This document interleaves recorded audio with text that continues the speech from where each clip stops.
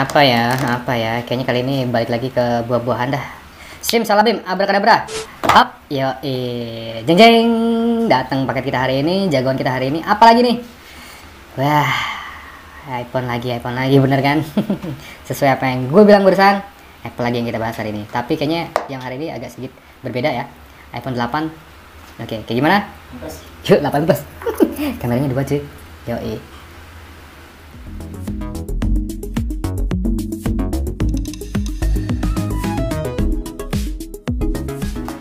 Oke, dan kali ini iPhone 8 Plus yang sudah mendarat dari planet Uranus, ya kan? Datang lagi nih, iPhone lagi. Kali ini kita lihat unboxing bentar aja dulu dah. Ini itu dia XIbox ya. Kalau XIbox itu biasanya dia PA. Dalamnya apa aja? Ada chargeran, so pasti. Kalau iBox itu biasanya dia begini nih, ya, bulat-bulat begini. Dan ini masih segelan loh. Ini masih segelan cuy. Rezeki banget nih, ntar yang beli, ya kan? Gitu aja. Nah, ini isi boxnya udah kita bongkar. Wah, ada alien terbang itu. Singkirin, taruh sini aja dulu dah. Taruh aja dulu, kita langsung bahas ke iPhone 8 Plus. Oke, iPhone 8 Plus merupakan generasi penerus dari seri 7 ya. Dan kemarin sebelumnya kita udah bahas itu yang seri 8, saudaranya. Saudara kakak adik lah ibaratnya. Yang seri 8 itu dia lebih kecil, lebih imut, lebih dikit juga, compact, fiturnya juga compact ya kan, sesuai dengan bentuk HP-nya ya kan. Nah, kali ini kita bahas yang seri plusnya, bukan plus yang lain ya, kayak yang itu tuh. Kali ini iPhone 8 Plus. Apa aja yang pembeda dari seri 8 yang pernah kita bahas kemarin? Mari kita simak satu persatu dari segi body. Ya, untuk body desainnya dari generasi berapa ya? Generasi 6, 7, 8, terusan 10, 10S, 10R sampai 11. Itu mereka masih pakai rounded gini ya untuk sisi samping. Nah, dia seperti biasa lightningnya di sini, lightning port di sini, terusan apa namanya, audio speakernya di sini, terusan di sini earpiece-nya, kameranya di depan, ya, terus kamera utamanya ada 2 biji, habis itu flash, mic belakang, nggak lupa ketinggalan juga ada logo Apple. Ini yang bikin mahal. Dan informasinya dari teman-teman di luar sana ya kan, untuk harga sekarang yang paling update ada di kisaran 3 jutaan ya mas ya. 3 jutaan itu untuk yang internal berapa? 256 ya? 64 ya. Kalau yang 256 masih tembus di 4 juta rupiah ternyata untuk internal yang 256 GB. Nah, sementara yang saya pegang ini versi iBox ada internalnya itu berapa? 256 ya? Ini ya? Benar gak sih? Oh ya benar, betul. iBox 256 GB. Dan harganya bisa tembus jadi dari 3,5 sampai 4 juta rupiah tergantung kondisi, kelengkapan dan lain-lain. Itu beda lagi kalau kita belinya yang garansi inter ya kan, yang ingin kebegal. Itu udah pasti beda banget, harganya pasti anjlok. Oke, kita habis bahas dari desain ya kan, terus bahas apa lagi? Bodinya sedikit aja kali ya. Depan dilindungi kaca Gorilla Glass. Cuman Corning Gorilla Glass-nya itu saya nggak tahu seri berapa ya. Terus frame-nya ini dia dari aluminium gitu, terus SIM-nya dia udah pakai nano SIM. Sama sih dari dulu iPhone nano SIM ya, dari seri 4 sih. 5 ya Mas ya. Dari seri 5 sampai sekarang mereka masih pakai nano SIM. Kecuali kayak seri-seri yang udah tinggi itu udah bisa pakai eSIM juga ya Mas ya kalau nggak salah ya. Nah, gitu aja sih. Terus sertifikasi yang ada di iPhone 8 Plus ini apa aja sih? Paling mentok. Sertifikasi di IP67 ya, itu dia tahan dari debu, bukan kerikil, batu koral dan lain-lain ya kan. Yang perlu digesek-gesek begini karena tetap aja bakal baret. Itu aja. Terus water resistant juga, tapi jangan cemplungin ke air, dia cuma di air percikan aja. Kalau kehujanan sebentar oke lah nggak apa-apa, tapi kalau sengaja dihujan-hujanin atau sengaja dicemplungin, resiko buat diri lu sendiri. Gitu aja sih. Terus nggak lupa juga ada fitur NFC, dimana buat isi e-tol dan lain-lain ya kan, tempel aja, gesek sana sini biar hamil. Gitu aja. Oke, bahas berikutnya.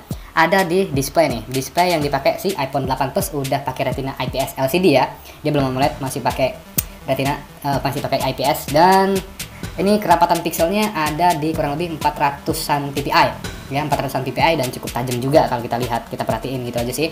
Terus kecerahannya berapa nih maksimalnya? Maksimal ada di 625 nits ya. Terus resolusi ada di 16:9 dengan 1080 x 1920 pixel ya. Terus nggak lupa juga ada 3D touch dan home button. Nah, feel-nya tuh enak tuh, gret kayak gimana gitu, kayak mencet apaan gitu ya kan, asik.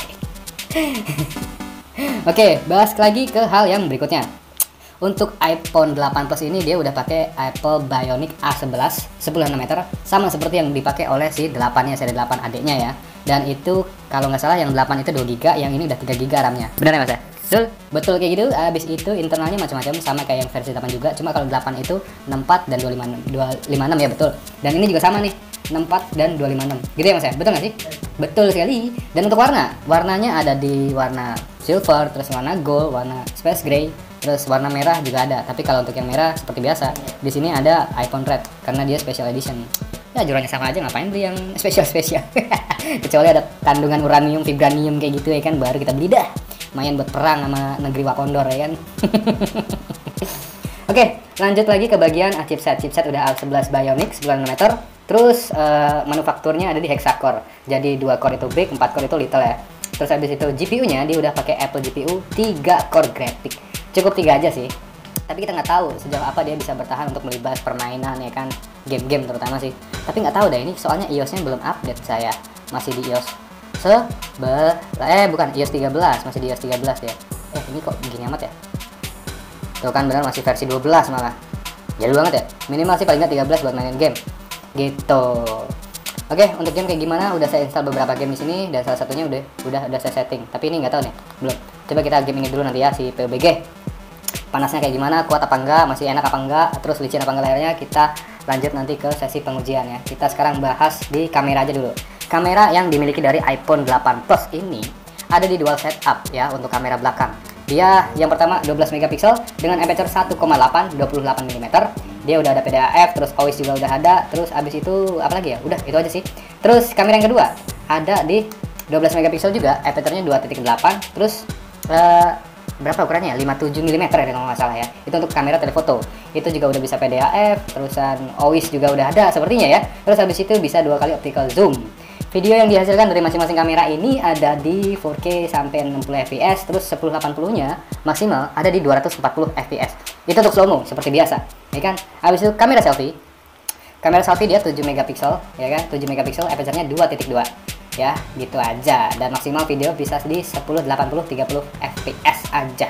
Untuk konektivitas itu dia maksimal ya baru 4G aja sih. 4G ya, terus Wi-Fi iya, Bluetooth 5.0 iya, itu DP juga. Terus NFC ya bisa ngisi voucher dan lain-lain. Habis itu Lightning USB 2.0. Udah gitu aja. Dan perbedaan yang paling ketara itu selain apa ya, bodinya yang lebih besar dari seri 8, yaitu baterainya yang lebih besar dari seri 8. Otomatis untuk penggunaan yang standar-standar aja harusnya ini sih lebih awet ya, karena baterainya itu 2691 mAh ya kan. Terus abis itu dia juga power delivery juga ya kan 2.0. Terus buat ngecas berapa watt? 15 watt sih maksimal ya. Nggak begitu kencang, nggak begitu lambat juga. Mau batuk nih, buset. Nah untuk kamera depan sih standar aja ya, nggak bisa dibanggakan. Tapi untuk kamera 8 masih bisa dipakai, masih bagus hasilnya untuk di beberapa frame tertentu gitu doang. Oke, tuh untuk kamera depan tuh. Yang nggak enak dari HP ini tuh cuma panas banget, gila panas bet. Nah abis itu wireless charging juga kalau nggak salah ya, jadi bisa ditempel ke dock wirelessnya. Habis itu ngecasnya pasti lebih lama. Karena dia wireless chargingnya paling berapa watt sih, 4,5an deh, 4,5an watt, jadi lebih lama. Mendingan pakai colokan yang biasa-biasa aja biar cepet, tapi nggak cepet-cepet juga, 1,5 jam mungkin bisa sampai penuh 100%. Gitu aja sih. Oke. Nah kayaknya paling enak langsung kita bahas di kesimpulannya aja. Apakah ini HP worth it? Apa kagak? Mending belinya HP yang lain, Android yang lain, iPhone yang lain. Soalnya di harga 4 jutaan lu semua udah bisa dapat 10R ya. Dimana 10R itu prosesornya lebih bagus, layarnya kekinian, punya poni dan segala macem. Fiturnya juga lebih bagus yang ada di 10R daripada di iPhone 8 Plus. Gitu aja sih ya. Kalau saran gue sih begitu, 4 juta tambahin dikit lu dapat 10R yang ininya kebekal. Anjay. Gitu aja. Enggak. Paling 4 juta, itu 4,5 atau 4,7 lu udah dapat 10R yang 128 GB atau antara 4,3 tuh lu udah dapat yang Inter 10R itu yang series 64 GB ya kalau nggak salah. Tapi mendingan gue pilih lu yang 10R aja deh daripada iPhone 8 Plus, soalnya maksain banget kalau dipakai yang 8 Plus ini di tahun-tahun sekarang gitu loh. Prosesor udah jadul ya kan, udah cepet panas juga buat ngegame yang gitu-gitu aja sih, nge-lag dikit ya, wajar lah ya. Dan cepet panasnya itu bisa maksimal antara 43 sampai 44 derajat Celcius. Dan kalau dipakai buat ngegame itu ya gimana ya, aduh sempet agak ngeframe juga sih, di beberapa sesi gitu waktu pas ketemu musuh banyak ya kan. Ini sempet ya gimana ya, karena mungkin udah panas throttling dan dia layarnya redup sendiri. Itu yang gak gua demen dari iPhone 8 ke bawah itu pasti begitu. Sama iPhone 11 juga begitu. Waktu pas gua coba main game PUBG, kalau udah hangat atau panas dia layarnya agak sedikit redup. Mungkin ini juga berlaku untuk game-game untuk iPhone 11 ke atas kali ya, kayak gitu. Gue nggak tahu alasannya kenapa, tapi yang jelas pengalaman gue kayak gitu aja. Aneh sih, nggak aneh juga, ya memang seperti itu iPhone gitu loh. Agak pilek ini cuacanya, sorry ya, agak sedikit bindeng saya kan, karena beberapa hari ini kita kehujanan terus, untung nggak banjir alhamdulillah, gitu aja. Oke, kesimpulan utamanya adalah HP ini worth it atau enggak. Nah, jadi gini, untuk pertama, worth it aja kalau memang sudah sekian lama kalian itu nabung duit buat beli HP impian, yaitu iPhone 8 Plus, baru kesampaian duitnya baru ada. Nah, ini worth it aja. Jadi agak sedikit nostalgia aja sama barang-barang lama gitu loh, ya kan? Tapi nggak bisa dibilang lama juga sih. Ini itu launching bulan September tahun 2017 soalnya, gitu aja. Ya. Launching bulan September tahun 2017 sampai sekarang itu kurang lebih ada 5 tahunan sih usianya. Ya agak sedikit uzur, tapi ya bisa mengenang kembali kenangan atau memori-memori yang indah bersama dia, asik. Oke, lanjut lagi, worth it atau enggak? Worth itnya untuk kalangan seperti itu ya, orang yang pengen nostalgia ataupun ya sekedar pengen punya iPhone lah, nggak apa-apa, nggak masalah, ya kan? Tapi kalau saran saya jangan beli yang 8 Plus ya, beli aja yang 10R sekalian, minimal itulah, minimal ya, itu aja. Terus abis itu nggak rekomen buat gamers ya, karena apa? Prosesornya itu udah jadul banget. Ini udah 10 nanometer, masih 10 nanometer. Dulu memang ini kenceng. Dulu emang kenceng. Tapi sekarang untuk game-game kayak yang berat-berat gitu ya kan, itu kayaknya udah nggak rekomen sih, ya kan? Baterainya cepet habis, HP-nya cepet panas gitu loh. Terus apa lagi ya? Pokoknya nggak nyaman lah. Untuk sensitivitas, saya rasa masih oke. Untuk game-game yang ringan gitu loh. Tapi kalau untuk kayak hardcore gaming gitu bla bla bla bla bla ya kayaknya udah nggak recommended banget sih. Udah ujur cuy, ya kan? Ya elah buat koleksi aja nih, taruh di etalase.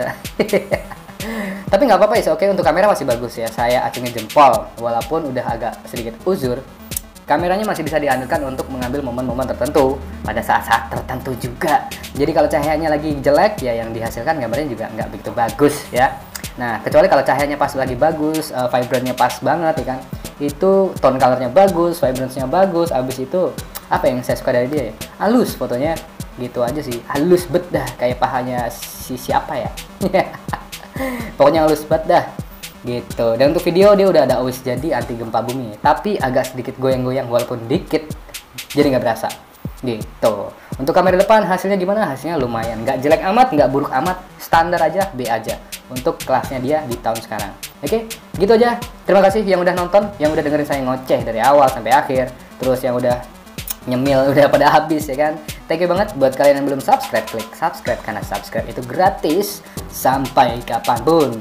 Thank you banget ya kan. Jangan lupa buat komen yang pengen tahu lebih lanjut, pengen request kayak HP apa yang kita review salah-salah gamingnya terutama ya kan, ketahanan baterainya kayak atau mungkin panasnya sampai seberapa jauh ya kan. Terus info-info terbaru di seputar dunia teknologi, langsung aja klik loncengnya, jangan sampai ketinggalan ya kan. Gitu aja, dan sampai ketemu lagi di kesempatan berikutnya. Thank you, bye-bye. Yo, see you later. Wah, gue juga nih, tapi udah ujur. Jangan deh, yang lain aja.